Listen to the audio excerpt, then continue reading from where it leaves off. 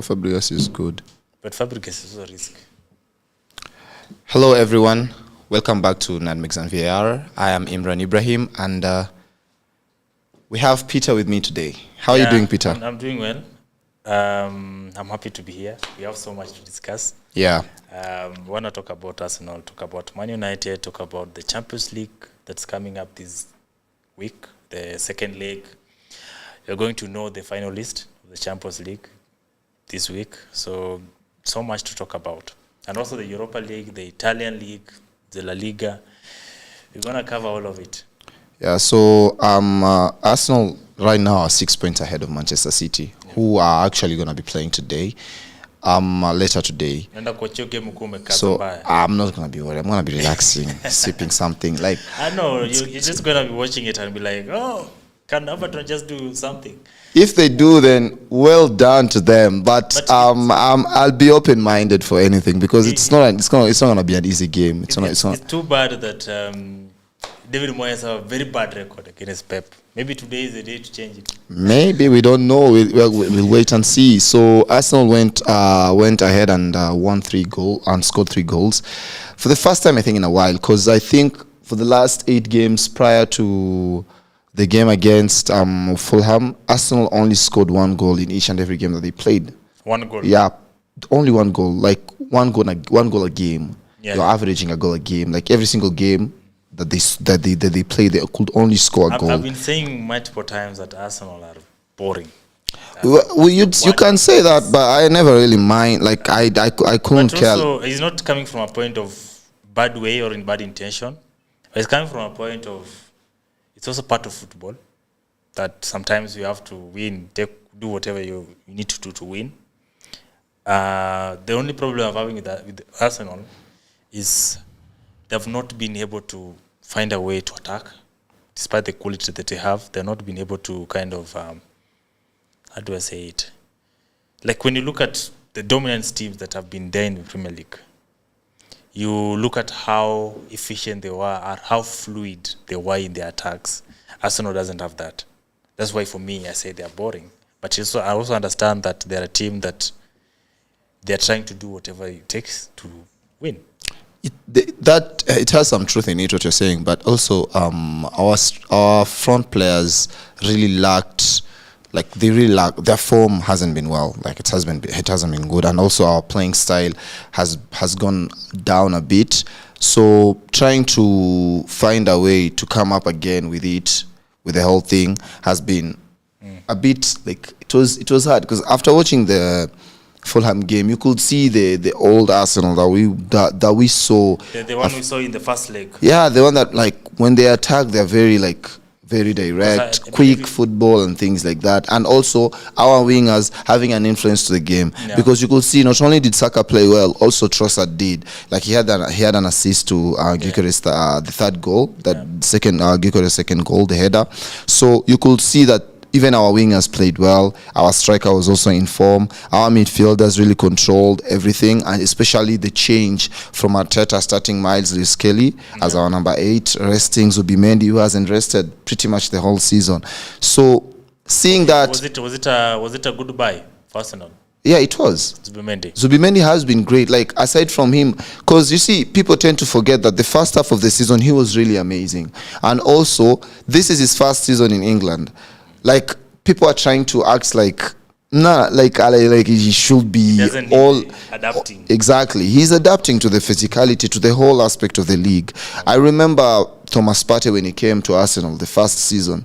He was normal until he acclimated himself to the Premier League and to the environment and everything, and then he became the Thomas Partey that everyone got to know and love for Arsenal.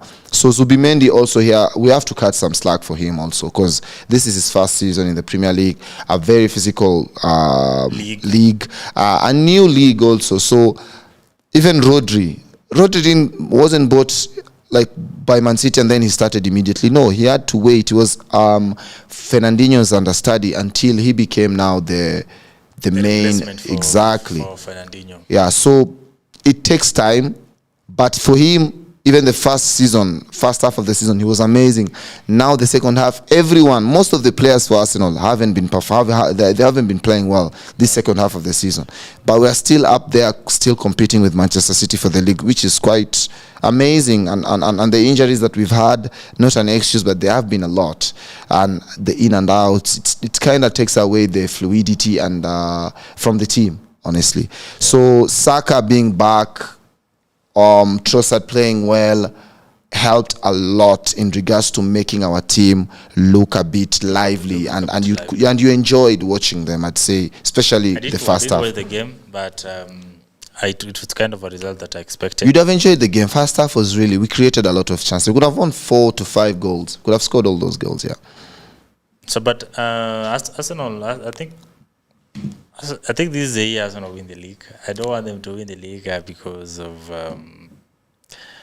the noise we'll have on social media. But this is the year. If they don't win, this year, I don't think it's gonna happen. But we've been hearing even last season. It was like, if they don't win this year, last season, but one. If they don't win, you don't worry about us either winning it or not. But I think we will. So now we are 6 points ahead of Manchester City, who have 2 games in hand. And they're gonna be playing a game today against Everton. Away, yeah. The new Dickinson, Hale Dickinson, I think, Hale Dickinson Stadium. So now we can go and talk about Manchester United, who are now officially back in the Champions League, playing. It was a thriller against Liverpool, 3-2. United won, a goal from Kobe Mainoo, who actually just signed a new contract over the course of the week. So, how did you feel about the game? You as a United fan, how impressed were you? Liverpool made it so easy for us, but we also made it easy for them to score the 2 goals. We gifted them actually the 2 goals. But you look at the performance, there's something I see in that team that maybe during Amorim I was not seeing it more consistently, and that is the part of where everyone is giving their best. Like everyone is running, you get? Yeah. And when everyone is running in a team, yes, then results come easily.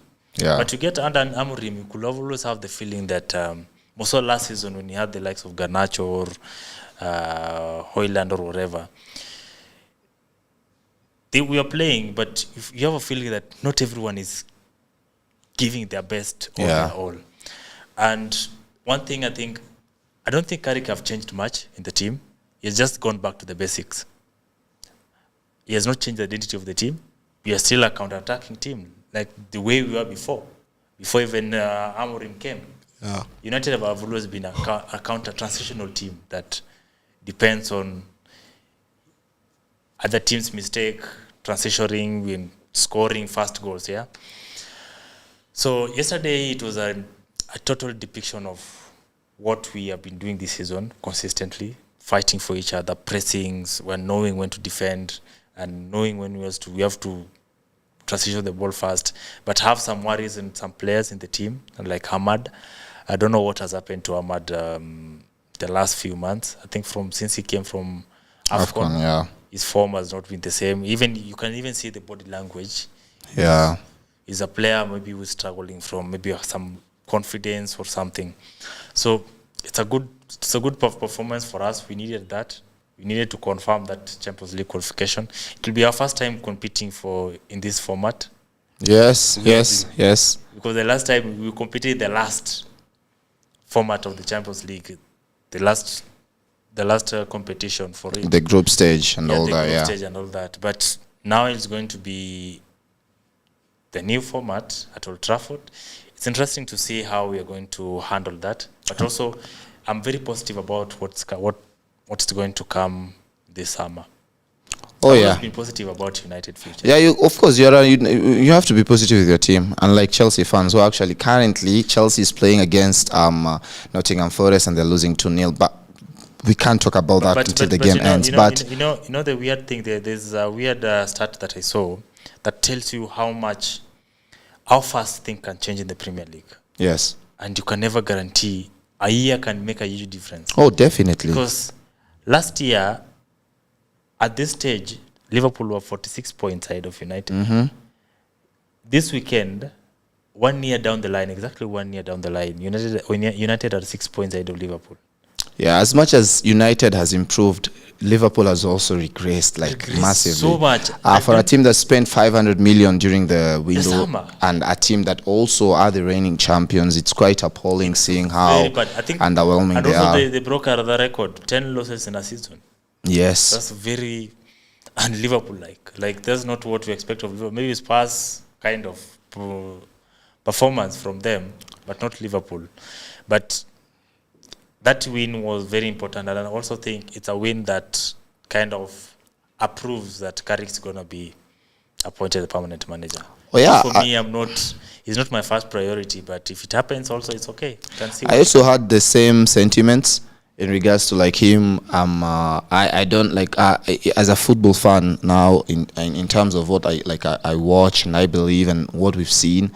I don't necessarily think or feel like he's gonna take you to where you guys would want to go, but it depends on the goals that you set out. Because you see, when it comes to teams and how at the beginning of the season, each team usually have goals. They set goals. Yeah. So for United, if the goal is to, because when you finish third and let's say 20 points behind, 10, 12 points behind the leaders, you'd be like, okay, we are third in the league. Next season, we should be trying to challenge the league because we look at Liverpool, they're all over the place. We don't know exactly how they're going to come up again, but they might. You look at Manchester City, there is a big chance that Pep Guardiola will probably leave. You look at Chelsea. That's a teams that we don't even understand. We don't know where they're going. Their future is all over the place. We have Spurs who are still relegation battles, and you have Arsenal who are still there. They're trying to understand, okay, is this our season? Because a lot has to happen. But then for United, is trying to understand, okay, there is a way for us to challenge for this thing and also win it this season or next season. So now the question is Carrick going to be the manager to take you there? Because now the thing is, this season United Carrick has had a good time to coach United. You're only playing once. After probably, sometimes even after 2 weeks, you're playing once. So that gives you time for your players to rest, for you to be able to instill some of your changes and also your everything, So and kind of put players. I think us not qualifying for the Champions League was a very big advantage for Carrick and also not just Champions League in Europe completely. It's a blessing because now even Carrick, when he came in, he had the time to kind of instill his ideology, his tactical tweaks that he needs to bring in the team.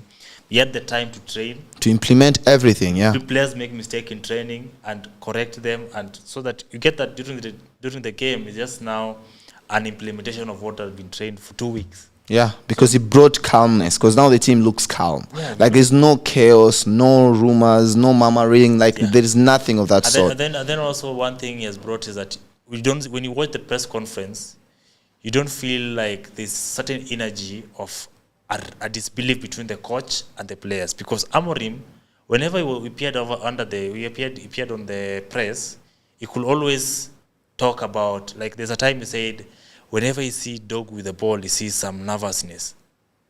I think what I'd say So when you watch Carrick's press conference, it's less about even talking about the players' weaknesses or what is not working, and even the press are finding it hard to get into his mind compared to Amorim before. Personally, I think this is something that I also feel like it happens in the league, is that the British coaches normally have it easier in terms of press compared to foreign coaches. Because foreign coaches, first of all, it's a new language. English is not their first language. And having that sort of disadvantage helps the journalists try and drill them and try to antagonize them into making or trying to create a headline from what they're going to say or answer them. So I think more so for someone like Carrick, he's British, so he knows his way around the language. Because a key thing is the language. Whatever you say and how people are going to interpret it is very key. Different. Because sometimes as a coach, you're saying something you don't actually really mean. But also sometimes you get that these journalists push you to say something. Exactly, They that's want what I'm saying. So they're very They smart. corner you in a way to say something that you don't want to say, Yes. but you just find yourself you've said it anyway. And that's why the English media, they need a Luis Enrique. Have you seen Luis Enrique press conferences? Yeah, The way he yeah. answers questions. Yes, I do. Say that guy is rude. Like, But that's the thing. He gets away with it because he's winning too. Like when you win, you remember when Jose Mourinho came to the Yeah, Premier yeah, League when he called himself The the special one. specialist. He was right to call himself that way. He won. He came into the league, won the Premier League by breaking the record of like clean sheets, least goals conceded, only lost a game. And then the very next season, he also won. So when you win, you can say whatever you want. The press is not going to tell you anything because you're winning. But when there is a dip of form, that's when they catch you. And now it goes. And mostly if you're coaching a bigger club like Exactly. United, Again, you're exactly. Those big clubs also you're- demand such kind of You're things. on the spotlight for So the media much. because you're the news. Yes, exactly. You're the content. Exactly. So I'd say for me, Carrick has helped balance the ship. But now to make the ship move to the right direction or to the direction that United fans, owners, I think, and what the history of United is about, I think you'd need a very like a manager who's going to also be able to coach the team. I think for Carrick, it's more about bringing the balance, making the team calm and everything. So I don't think he's gonna be able to do that. But I can be proven. I'll be there. Like I'll be watching it. I agree It's with okay you. for me to be proven wrong. I agree with but you on that. what I'd say is I think there are more tactical, elite managers than him out here. But when it works, it works. Why change? Yeah, why change it? But for me, I think if you want to go to the next level, I think you're going to need a manager who's going to be able to take you to the next level with different sort of ideas and ideologies and instill them. But what's going to be hard for me right now, I think, is you finish third, players are like, okay, we like this manager. He's helping us improve. And now, when you change another, and when you bring in another manager who's probably going to disrupt that sort of piece that had already been created, it can... If for example, you bring Andoni Raiola, Yeah. there's an interview I watched, I think recently, I think it was just a short clip of Semenyo talking about Raiola at Bournemouth. And he was saying that when he came in at Bournemouth, he changed, for example, the training times. They didn't have off days now. Yes. They're training Sunday to Sunday. You play a game, then tomorrow you're on training ground. There's no off days. And so imagine a manager like that, bringing that to United. That Exactly. can't work at United that way most times. Because when you look at even you look at it right now, United are getting a lot of free time, and like let's say this second half of the season, because United are going to play 40 games this season, like 40 games, the least amount of games they've played in probably over a century, probably.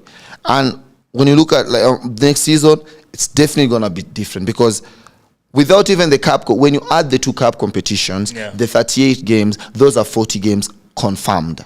And then now you add the Champions League, you play 8 games. So next season, United will play at least 48 games. At least 48 games next season. Games. Yeah, barring them being eliminated in the first round in those cup competition and them also not going through to the next round of the Champions League. Yes. They will play 48 games. Those are 8 extra games. And in all honesty, I don't think United are going to be knocked out easily as how they were knocked out by... what was the name of those two teams? So you are knocked out in the FA Cup by Brighton, and then you are knocked out in the Carabao Cup by... what's the name of the team that knocked you guys out? I can't even remember the name because it's a team that hasn't even been performing in their respective league. So I think it's more about United are going to be playing more games, so rest isn't going to be something that they're going to be having.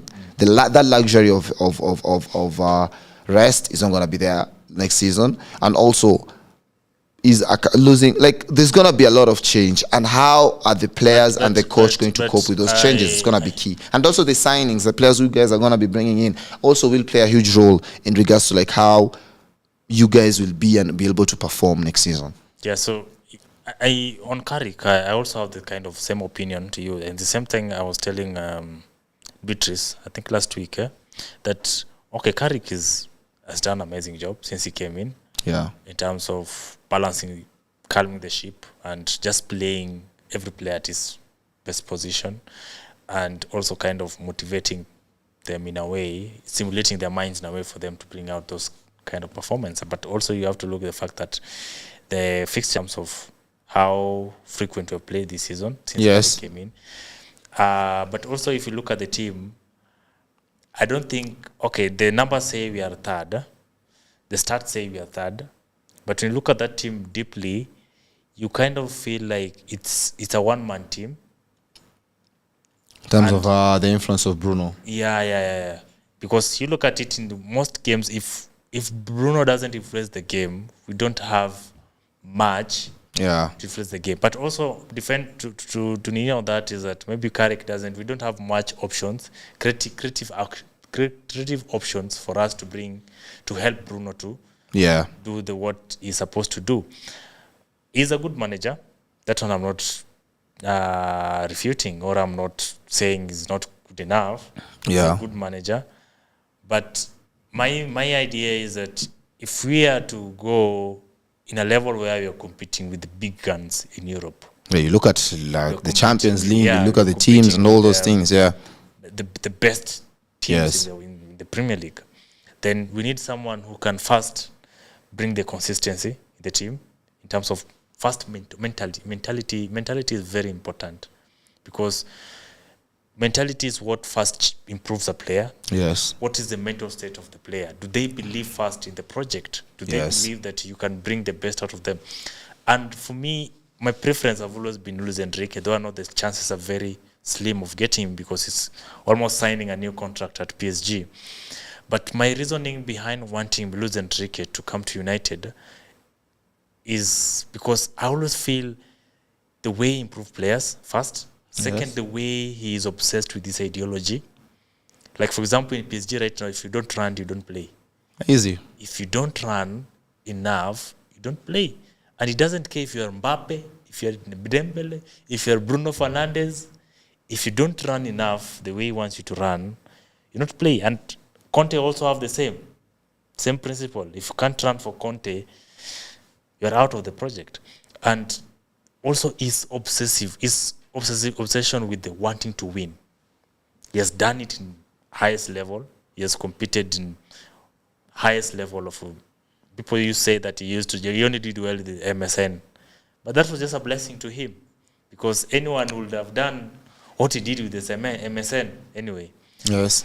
So he goes to PSG. Look at Dembele, for example. Dembele at Barcelona was a good player, but Luis Enrique has been able to take him to The next level. Ballon d'Or level of a winger. Kvaratskhelia at Napoli was a good winger, but look at what Luis Enrique have been able to do with him mentally fast, not just quality. He defends more, he runs more. So, and also I would like to see, is a manager who I would like to see how he can adapt to the Premier League, because the Premier League is very different from the leagues he has managed. Yes. Because you look at PSG, the way they play at Serie A, at League One, and Barcelona at La Liga that he was coaching, they are not good defensively. That is the side effect of his principles. There's some weaknesses in defense, but also their strength is the goals they score is more. So Yeah. I risk, high reward. Yes. So I would like to see how that works in the Premier League for him. Yes. Or how he will deal with that or adjust to that. Another thing is that he has the ability to deal with the media.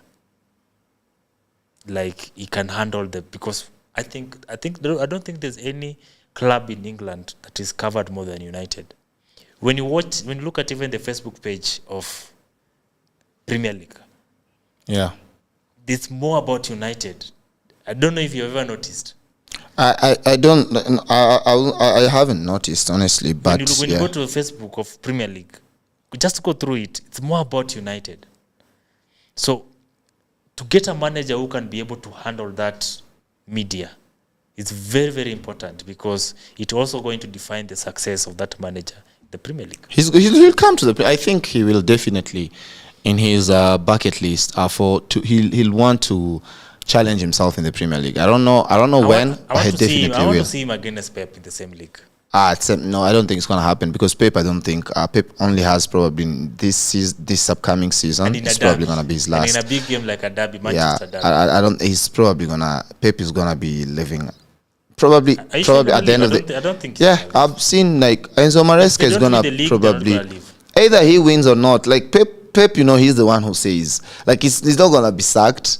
He picks whether to stay or not. Pep won't be sacked. So So I he's think either he leaves- stays if or he leaves, leaves. Of course, they're gonna take Maresca. Yeah, Maresca is definitely going to be the Man City's next That's a coach good bet for probably. us. So once Pep is out, then I think the league is now balanced for anyone can win it. It's gonna be interesting. It's gonna be interesting. But now for Anyone can win United, it now. that's the position that United are right now, and we can quickly talk about Liverpool in regards to like them now. Okay, they will probably finish in the Champions League spot, but they've also been underwhelming, honestly. And I think they've decided they're going to stay with Arne Slot for next season.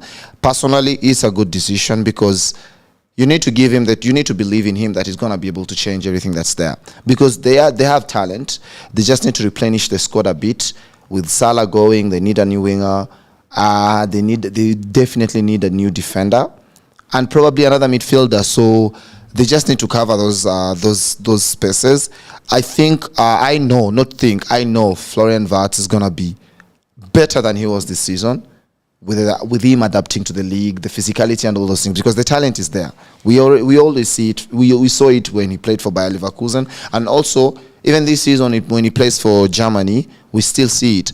So we already know that Wirtz has the talent. So now when you think about the next step for Liverpool is a matter of making sure they have Isak is fit. Ekitike is going to be there, but it's going to be probably in January when he's going to be coming back. So making sure they have the fitness and also the players who are going to be able to now add new rendition of Liverpool with Slot coming up with new ideas because this season he has been underwhelming. But now, next season, it's going to be new. Everything's going to be new. So for them, the main thing is to qualify for the Champions League and then we plan for next season. I know they're going to qualify. They will, yeah. Whatever decision Liverpool have made on Arne Slot is a risk. Yeah, if they sack him, It's risk. If they, again, it's a risk. But now the risk of making him stay is a bit proven because he'll say, I won the league. So he can use that. No matter what people say, he won the league. Yeah, he's a manager, he's a coach that came in and his first season and won the league. So I think he's going to use that as a way to justify himself and say, I've already won the league. I deserve more time. And the Premier League, you can never tell. You can never tell what's going to happen next year. Yeah, Because that's the thing. Even right now, you don't know. Spurs can be fighting for Champions League places, for example. Because anything, actually, the weekend proved to me that things can change so fast. Yes, they can. Chelsea can fight for the Premier League next season, for example. That it can I happen. highly doubt it. There are things. Okay, let me. Okay, let's say now. Let's pump the brakes a bit. There are certain things that we know can happen. Are very unlikely to happen. Yeah, but Cole Palmer has actually missed a penalty. You see, like Chelsea are in tatters. Chelsea are in trouble. Anyways, there are certain things that we very much know that can happen. You know. There are certain things that we know can happen in a season. But for Chelsea to be able to challenge the league, they need a lot. They absolutely need a lot to change. And I don't see that changing overnight. Yeah, it needs time. It's gonna take time for it to change. So United can, from what you've seen, but will they? That's a story for another day. It depends on the recruitment and every single thing. Whether Carrick stays or we bring another manager, yeah, I think United will challenge. I'm so bought into the idea of the project because I'm seeing what they're doing. Okay. You look at the squad building, what they're doing, like, for example, letting go of Rashford and Sancho. Those players we always used to say there are problems with the team, or people used to say that we're not giving enough. Yeah. Like, they're leaving, they're selling them or kind of taking them on loan. And then you look at the addition they had on the attack this summer. Mbeumo, Sesko, Cunha has made a very huge difference. Yes. In the quality in attacking wise. And this summer we're going to sign more midfielders. That means you're going to add more quality in midfield and maybe one centre back. And you add those kind of quality, it shows that the club can only go further ahead rather than go down, because there's an improvement that's going on in the team. We expected that to happen with Liverpool, though. They used 500 million and then they regressed. So signing is a gamble. Signing is a gamble because Liverpool. Let me tell you, at the beginning of the season, like let's keep it straight. When Liverpool was signing the players they were signing, in all honesty, did you really think they'll be where they are right now? They're signing Isak, who was the second best striker in the Premier League, and he was neck and neck with Haaland. And then they signed Vats, one of the best players from Germany. I mean, they signed Frimpong. Like, they had the signings that they were making. They were quite scary. Which I think Frimpong hasn't worked. Not yet, because again, injuries play a huge part, especially in a new league. Honestly, I think most of their players, all I can say is we'll see the best of them next season. They signed Kakes, who was one of the best left backs in the Premier League from Bournemouth. But then he comes to Liverpool, he doesn't look like himself. So again, signings and adaptation of the new players into a system takes time, and I think we will see the best version of Liverpool next season. So now West Ham slipping up, going up to West Ham slipping up, and also Spurs getting a win against Aston Villa. West Ham slipping up wasn't really a surprise. Was actually a surprise, not just them slipping up, but them being beaten 3-0 by Brentford was something that really shocked. People are not talking enough about what Keith Andrews have done. He's doing at Brentford, true. I think when they won, I think they were 6th. Yes. I don't know if they're still 6th. And this was just a behind-the-scene guy to Thomas Frank. He was just a set-piece coach. Yeah. And this club just made a very bold decision, say, okay, why can't you take over? You should take over and be the head coach. Yeah. And he took it. And you look at the team, actually they are even much better than they were under Frank. So they've added what I think they've added is more speed. They're a very fit team. Most of when they're playing at home, they run a lot. They can blow you away. If you're going there to just be lazy, they're a team that can really punish you for that. So good work to Keith Andrews. On West Ham, I didn't expect them to lose that game because I kind of believe Nuno Espirito, Pinto, I don't know, whatever, is the right manager to kind of make them avoid relegation. Yeah. But they lost, and that's a slip up, and it gave Tottenham a chance, a fighting. Now Tottenham are 17th in the league, so it changes everything. When you look at the league right now and where Tottenham are at, Tottenham currently are 17th and they have 37 points. West Ham are 18th, they have 36 points. And Nottingham Forest, them leading against Liverpool, is giving them a 5. It's going to give them 6 points ahead of it. They're going to be 6 points ahead of West Ham. So now gives it's going to remove Nottingham from relegation, and it's going to be a fight from Spurs. Leeds are out. They have 43 points. Guys, we are not fighting that battle with you. Exactly. Guys, and we're winning. And do you know there's a time they wanted to sack Fark. Daniel Fark, Daniel Fark. That time they wanted to sack him, and I don't know what changed their mind, but it proved to be. It would have been a bad decision to sack him. Would have been, but then that's the thing. Patience. He's a manager who I would also like to see what he can do in a club like Tottenham. Not really. No. Like, I feel like these managers, they're really good with those sort of teams. It's the same with Frank. Frank went to Spurs. Look where he got them at. I think it's just like it's like Marcelo Bielsa. Marcelo Bielsa is a revolutionary in terms of football with his tactics. But did he ever coach a big team? Not really, because there is some sort of limitations with those coaches when it comes to managing big clubs. Yeah. So Daniel Farke is good where he is. I'll make a very controversial claim. Yeah. Unai Emery is one of the most overrated managers.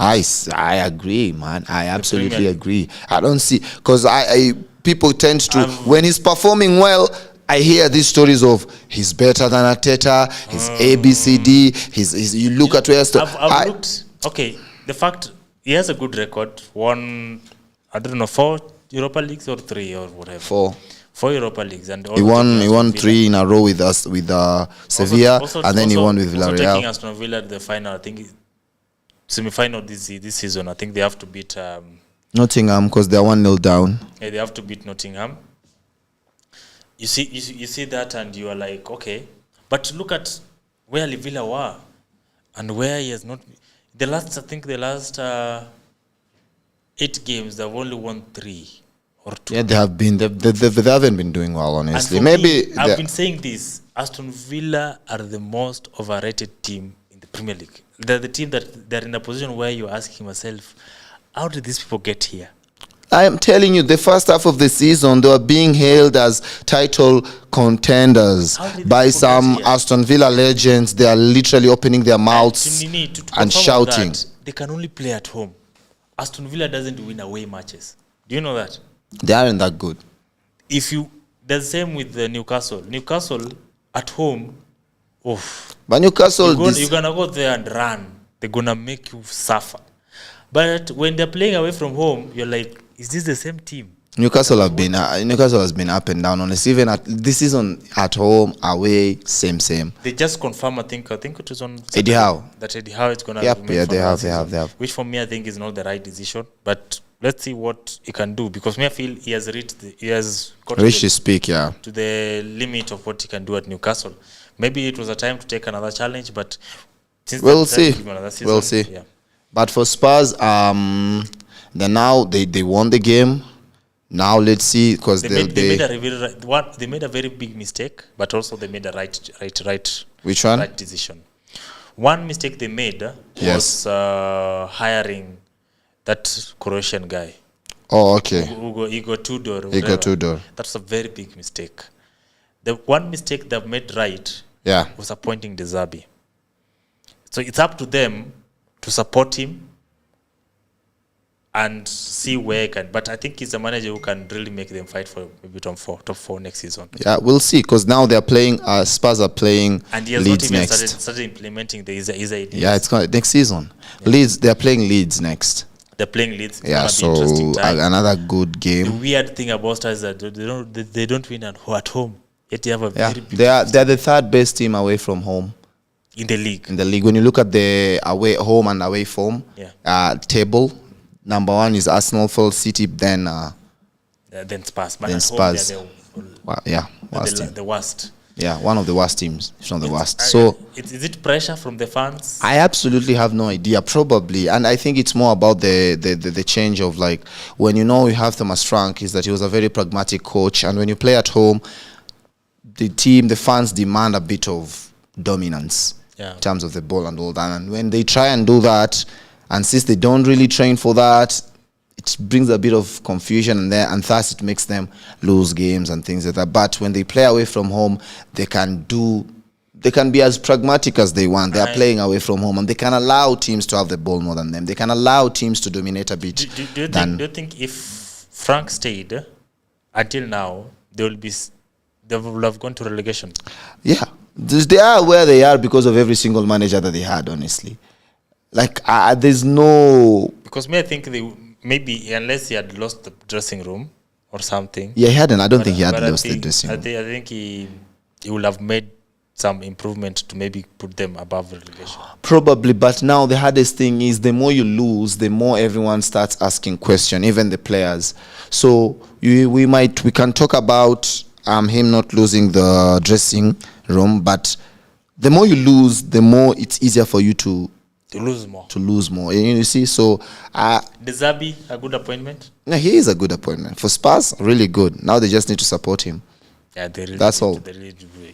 The only problem with the De Zerbi is that he usually don't end in a good way. But clubs. It's like it the way tends he to be like that speaks. when he's not being supported the way he wants and doesn't have a really good relationship with the owners. That's when things usually go sideways. Like Marseille, but Marseille is a chaotic club anyway. It is a chaotic club. So let's fast forward to talk about other leagues.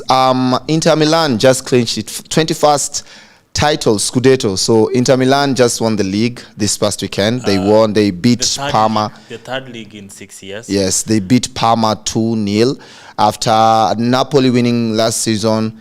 Inter were like, we're going back to They the lost. Scudetto. Actually, How the last season they lost the league by 1 point to Napoli? to Napoli. I'm a Napoli fan, so Yeah. I've been supporting Napoli since Sarri's time. Yeah, I knew, and I think by January I already knew that Inter were going to win the league. This is what made me think so. You look at Napoli, they were coached by Conte. yeah. I've never been a fan of Conte. I know he's a good manager. I feel the same way. I I feel the same way. He's a good manager. He has won so many things, so many league titles, but he's not a manager who has always been like, I would like this manager to coach my team one day. Yes. Or Bezreto. But this season, there were just still problems in the beginning between ADL and ADL is De Laurentiis, the owner of Napoli, Yeah. and Conte. And ADL is one hell of a owner. He's very opinionated. Spalletti wins the league in 2023. It sucks him. The story was that Spalletti went and so told ADL that since he has won the league with Napoli, he needs to be added some salary. Yeah. Then ADL tell him, fuck off. And he sacked Spalletti. Brought Rudy Garcia. You know how that season went, Napoli. Then Conte, at the end of that season, came in. First season, won the league. This season, they have not been good enough. Without Scott McTominay, they don't have anyone who's scoring. Maybe Højlund once in a while. They don't score enough goals. Yet when you look at Inter, they're a free-scoring team. Yes. Inter knows how to play against a small team. Napoli doesn't know how to play Yeah, against it's a still small a team. struggle. Yeah. Inter struggle against big games. But how many big games do you have in Serie A? Maybe 12, because you have 6 teams that are There are always so many big games in Serie A. Like Yeah, sometimes you're like, you wake up, yeah, Juventus. You are, Oh, you're playing Roma. Roma, Oh, you're playing Lazio, AC Milan. Oh, you're playing Milan, Lazio. Inter. Oh, Atalanta. So it's always it's an exciting league if you follow there it. are 88 strong games. That means around tough games to be around 16 in the season. For 16 or 15 games. Yeah, for 15 games. You get that Inter was struggling in these big games, but when they played the rest of the table, they blew beat them off. Easily, yeah. And that made them just the favorite of the table, the league. You look at Lautaro Martinez, Thuram, Esposito. who is on form. This guy had just midfield- broken the record for most assists in a season, DiMarco, and he's a left He's a wing back. back. And then Yeah. the also thing that have contributed to Inter winning is that when Inzaghi left last season and Chivu came in, people doubted Chivu because Chivu had only coached, I think, 30 games in the top level. Then Chivu comes in. Chivu didn't change much. Yeah, they're still using the same style, They have honestly. just played with 3-5-2 formation. Yeah, the same one as Nothing Inzaghi. changed. Lautaro and Thuram are in attack, and it works. Yeah. And so it's. I wanted Napoli to win, but anyway, they were not good enough. Yeah, this but season. AC Milan was also a team that I thought was gonna challenge. I don't know what happened to them with AC Milan, them. they're not going to challenge because Allegri, the way Allegri plays is so limiting to players. Look at players like Leao. which Yeah, he hasn't for me improved. He's has regressed. been, Milan's best player. In the last 3-4 years, he has been their best star player, right? Mm-hmm. Then Allegri comes in and tell Leao that Leao needs to play as a striker, second striker. Like, how do you play Leao as a second striker? Yet Leao is a winger. And then you expect Leao to deliver. So who else can help the team? Maybe Pulisic. So when Who you was look at- actually doing that a bit of it? Let me say, was if you're doing being good honest. well. But when you look at AC Milan as a team, it's more individualistic wise. Inter is more of a team Yeah. in that Çalhanoğlu can come up with a goal, Zielinski can score, Mkhitaryan can score, Lautaro Martinez can score, DiMarco can score. Assist, score. Dumfries can score. But when you look at AC Milan, who else can score apart from Pulisic and who? Who else? Silamakis? No, he can't score consistently. Maybe 1 in 5 games. You look at Jimenez. Yeah, Brought in. Since he was brought in, Can't yeah. deliver. Leao, he has been MIA, shadow of himself, honestly, yeah. because you can see that he's not happy with how he's being utilized. It's evident, and I think even this summer there's a rumor that AC Milan can sell him, which for me it's gonna be a wild decision for them. And then you look at Modric. Modric has been their standout player this season. Yeah, he's been 40 their plus best years player. old, man. So He's old. this season it was just Inter Milan to take the league, but we have to say I'm gonna tell you this: Juventus are gonna fight for Scudetto next year. Yeah, they will. I also wanted to say that. Juventus are going to fight for that Scudetto. They will sign. They will sign The reason why they're players. going to fight for Scudetto is one man, Spalletti. Very good appointment by Juventus. He's the man Juventus have been looking for. And he's going to sign players. They're going to sign some veteran players who are gonna be He ready was the right for guy. to have you ever battle seen and all where you're that. saying a right coach for a right club? Well, we'll be there to To see. witness that. But- So I want to move fast and go to La Liga. To La Liga, Barcelona Yeah, winning. Barcelona are on the verge of winning another La Liga trophy, because they won last season, and this season again, it looked, there was a point where I think Real Madrid was 8 points ahead, and then the tide switched. Barcelona are literally playing. They're on the verge of probably, if they win all their games, they'll finish with 100 points. But this doesn't even seem like a 100-point season. You know what I mean? Like last season, if they finished with 100 points, you'd be like, okay, wow, because of the number of goals and the way they played last season was more mesmerizing compared to this season. But this season, they might win the league with 100 points, because when you look at the amount of games, the amount of points they have, I think they have 88 points. How many games remaining? 4. If they win 4 of those games, those are 12 points, and they are on 100 points, which doesn't seem like a season of 100 points, but they might get there. One match is going to be a defining factor. I think this To get to 100. They are winning the league already. We have El Clasico. Yeah, on Sunday, May 10th. This Sunday.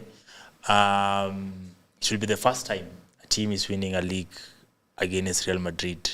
We're playing Real Madrid. Yes. Since 1977. But a team, it's mostly Barcelona. So El Clasico is gonna be. I don't think Real Madrid is gonna let it off that easily. yeah, it's gonna be tough. It's gonna be tough. They're tough. But El Clasico, I always have this quote that I tell people that Real Madrid don't fear anyone in Europe. Oh, they But do only fear fear Barcelona. one Barcelona. It's Barcelona, yeah. They only fear Barcelona. Yeah. Because you look at the record between Real Madrid and Another Barcelona, elite clubs, actually. It's Yeah. usually good. But Barcelona, it's...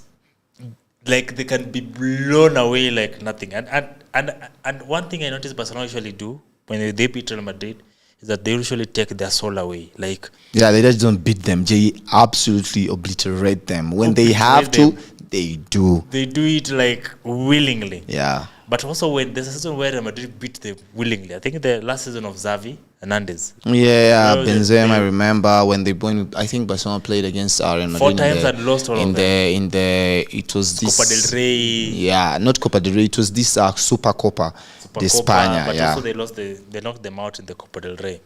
So Barcelona are gonna win the league. It's another season for Hansi Flick that he has won the league all the seasons that he has been at the top Yes, level. yes.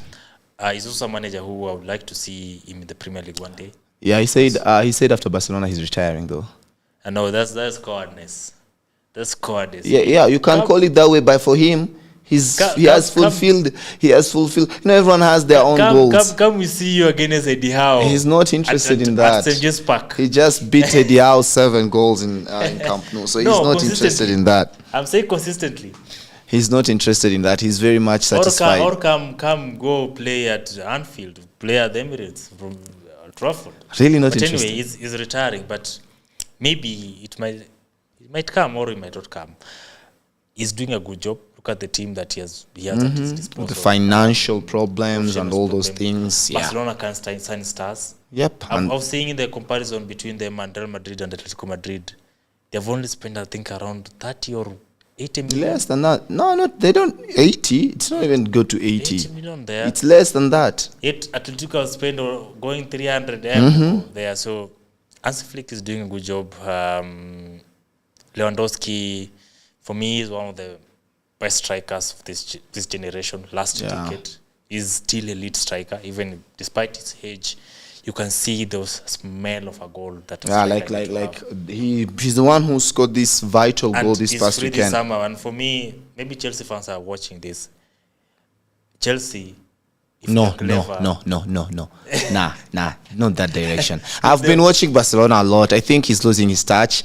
For him to be able to excel, I think it'd be good if he goes to a team that already has another striker. Lewandowski? Yeah, a team that already has a good striker where he can if elevate that. If he comes to United, do you see now for United, I'm telling you, I've been watching Lewandowski this season. The reason why, if you talk about Bruno, have you seen the amount of chances Lamine creates for his strikers? Yeah. Clean chances, and Lewandowski has been missing them. That's why even the coach decided to start Ferran Torres, who misses chances like he's having his breakfast. Yeah, like he's having his breakfast. But the coach still love him. But the coach still starts him over Lewandowski because of Lewandowski's age, and he has regressed. But he will still give you moments. So for me, he's gonna, if he goes to a team like Juventus, Lewandowski, perfect. Because you have Vlahovic over there. So it's gonna help Vlahovic and elevate Vlahovic to some extent. Yeah, and so Milic. Exactly. So again, for Barcelona. But anyways, I'll still insist that Chelsea should try. If I'm Chelsea, I'm not going that direction. Not at all. Lewandowski. Not at all. He will be an upgrade on Dilap. Anyway. Not at all. If they want a striker, Chelsea, go for Osimhen. Why are you wasting your time? Something. If you sign Lewandowski, he's an upgrade on Dilap, right? He is. But all I'm saying is they need a striker, a proper striker who's going to elevate them, who's going to help Joao. Makes it weird why they did. And that's why Osimhen is the perfect striker, because he's a different profile to he's a beast. And he will score for you goals when the chances are created for him, which they will. So for me, I think when it comes to Barcelona, they're going to be Bernardo Silva, who's leaving Man City for free. He's going to Barcelona. He wants to go to Barcelona. But where will he play? He's a utility player, though. One of the things I love about Bernardo Silva is that he can play everywhere.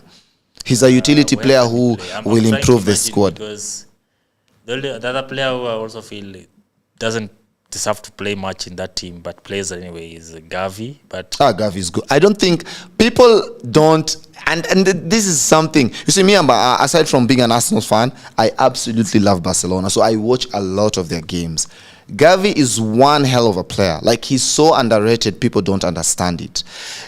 He's been injured. That's why he has Gavi. No Barcelona fan hates Gavi. He's the fighter in that team. He does every single thing. He risk his life. Do you know he has a 118 yellow card?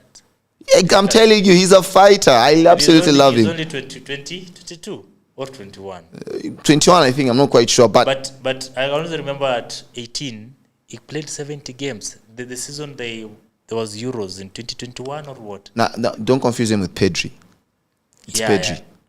No, before Pedri, there was Gavi. No. Pedri, then Gavi. Like, Pedri was the one who came and won the young Ballon d'Or, I'd say. And then Gavi won it again. So it was Pedri who came and played a lot of games, and then he started getting injuries. And then when Pedri was off injured, that's when Xavi started playing Gavi a lot. And then Gavi now started improving and then go to the level that he is right now. Gavi is so good. It's because of the injuries that he got. I think people don't understand. Like, if you watch a lot of Barcelona games, especially when he was at his peak, for me, I'll always take Frankie, but... Frankie is a maestro. That guy... I absolutely love Frankie. Like, if you love football, you love Frankie. Yeah. Even Pedri loves. Pedri talks about his preferred midfielder. Let's talk about Real Madrid a bit. He loves playing with Pedri. What's going on there? Yeah, Real. There's so many. They're looking for a manager this summer.